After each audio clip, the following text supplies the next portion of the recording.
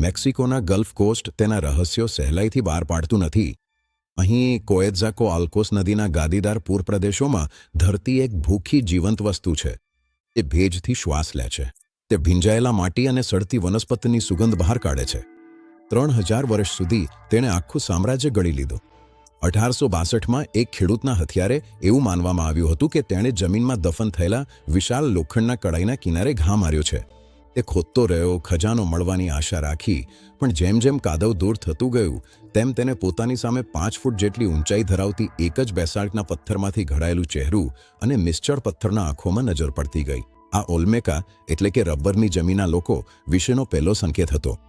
માયાઓએ તારાઓની ગણતરી કરતા ઘણા પહેલા એસ્ટેકોએ તેમનું ટેનોસ્ટિટલાન દ્વીપ કિલ્લો બનાવ્યો તે પહેલા ઓલ્મેક લોકો અહીં હતા. તેઓ ઉજાસના સ્થાપક હતા, જેઓ કાદવ અને શાંતિમાંથી એક સંસ્કૃતિ ઘડી રહ્યા હતા. પણ તેઓ કોણ હતા અને તેમણે આ મૌન પથ્થરના રક્ષકો કેમ છોડ્યા? મેસો અમેરિકાને સમજવા માટે ક્લોવે કુલ્તુરા માદ્રે એટલે કે માતૃ સંસ્કૃતિને સમજવી જ પડે. ઓલ્મેક લોકો આખા વિશ્વના જૈવિક અને બુદ્ધિગમ્ય પૂર્વજ હતા.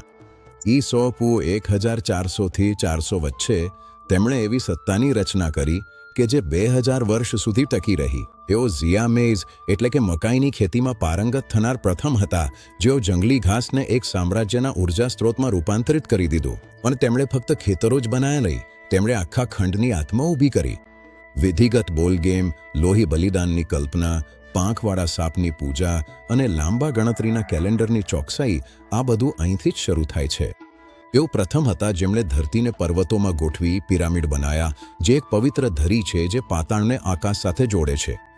જ્યારે બાકીના અમેરિકા જાતિગત જૂથોમાં રહેતા હતા, ત્યારે ઓલ્મેકોએ પશ્ચિમના પ્રથમ સાચા શહેરી કેન્દ્રોની રચના કરી હતી. પણ ઓલ્મેકોની વારસો સૌથી સ્પષ્ટ રીતે પથ્થરની ભારે વસ્તુમાં અનુભવાય છે. આજ સુધીમાં આપણે 17 વિશાળ માથાઓ શોધી કાઢ્યા છે. કેટલાકનું વજન 40 ટનથી પણ વધારે છે. આવા પથ્થરો બનાવવા માટે જે અદ્ભુત ઇજનેરી જરૂરી હતી તે પ્રાચીન લોકો પર લગાડવામાં આવતા મૂળભૂત ટેગને ખોટા ઠરાવે છે. આ પથ્થર બેસાલ્ટ છે જે જ્વાળામુખી તુક્ષ્લા પર્વતોમાંથી લાવવામાં આવ્યું છે. રહસ્ય માત્ર કોતરવામાં નથી, પણ તેની વ્યવસ્થા અને વ્યવહારુ વ્યવસ્થામાં છે. ઓલ્મેકોએ આ વિશાળ પથ્થરોને 60 માઇલથી વધુ દૂરના જોખમી અને બદલાતા કાદવાળ પ્રદેશમાંથી ખસેડ્યા હતા. તેઓ પાસે ચક્કલો હતા. તેઓ પાસે ભાર વહન કરવા માટે કોઈ પ્રાણી પણ નહોતા. દરેક ઇંચ માનવ પરિશ્રમથી મેળવવામાં આવ્યો હતો. શક્ય છે કે પૂરના મોસમમાં વિશાળ બાલસા રાફ્ટનો ઉપયોગ કરીને નદીના માર્ગો પર આ પથ્થરો ખસેડવામાં આવ્યા હશે. 19મી સદીમાં પ્રારંભિક અન્વેષકોએ ટ્રાન્સઓશિયાનિક આફ્રિકન મૂળની કલ્પના કરી હતી. એક ઇતિહાસકાર તરીકે મને સ્પષ્ટ કહેવું છે કે આ વિચાર ઉપનિવેશક યુગના ડિફ્યુઝનિઝમનો અવશેષ છે. આધુનિક ડીએનએ વિશ્લેષણથી સાબિત થાય છે કે આ ઓલ્મેક શાસકોના ચહેરા છે. વ્યક્તિગત રાજાઓ જેઓ જ્વાળામુખી પથ્થરમાં અમર બનીને પોતાની દૈવત્વના શાશ્વત સાક્ષી તરીકે ઊભા છે. નજીકથી જુઓ તો ચહેરા પરના ઘા દેખાય છે. ઘણા મસ્તકોને ધાર્મિક વિધિ પ્રમાણે બગાડવામાં આવ્યા હતા અથવા દફનાવવામાં આવ્યા હતા.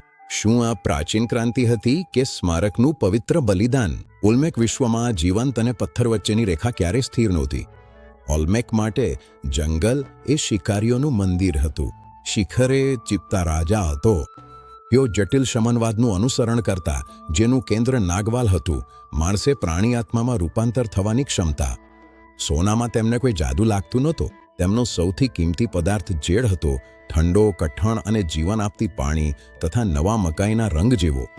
તેઓએ આ પથ્થરને પીસવામાં હજારો કલાક વિતાવ્યા. ધાર્મિક ભેટો બનાવીને તેને ધરતીની ઊંડાઈમાં દફનાવ્યા. માણસો માટે નહીં, પણ દેવતાઓ માટે ભોગ રૂપે. તેમના શહેરો બ્રહ્માંડના પ્રતિબિંબ હતા.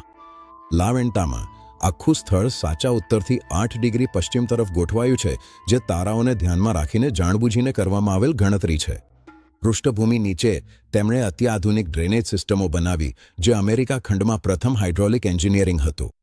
તેઓ માત્ર કુદરતી સાથે રહેતા નહોતા, પણ તેને નિયંત્રિત પણ કરતા. ઈસપૂ 400 સુધીમાં લા વેન્ટાના મહાન કેન્દ્રોમાં અગ્નિ ધીમી પડવા લાગી હતી. ઓલ્મેક લોકો એક જ વિનાશક આફતમાં અચાનક અદૃશ્ય થયા નહોતા.